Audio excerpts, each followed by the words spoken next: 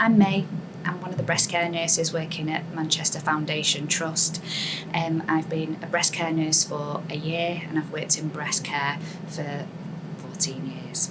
So when a patient first gets their cancer diagnosis, as you can imagine, they experience lots of feelings of shock, fear. It's hearing that word which brings about a lot of fears, a lot of anxieties about their future and what it holds.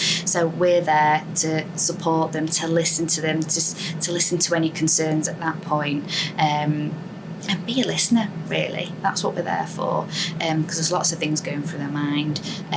Yes, at that point we do give them some information regarding the diagnosis, and the consultant, the doctor who does see them, will also have explained, what that treatment will involve, whether it be neoadjuvant treatment, chemotherapy, or it be surgery. That will also be discussed at that point if it's relevant.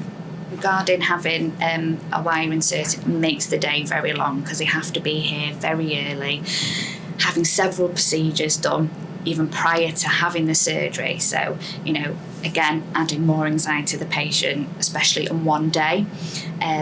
Having to have the wire put in, then they're requiring an injection to inform the surgeon where the nodes are, then they're going to the ward. So there's a lot of processes prior to actually having the operation, which again brings about a lot of anxiety and fear, and especially fear of the unknown, because they don't know what to expect, even though as breast care nurses we can inform them, and we're there to support them. But again, it does increase anxiety.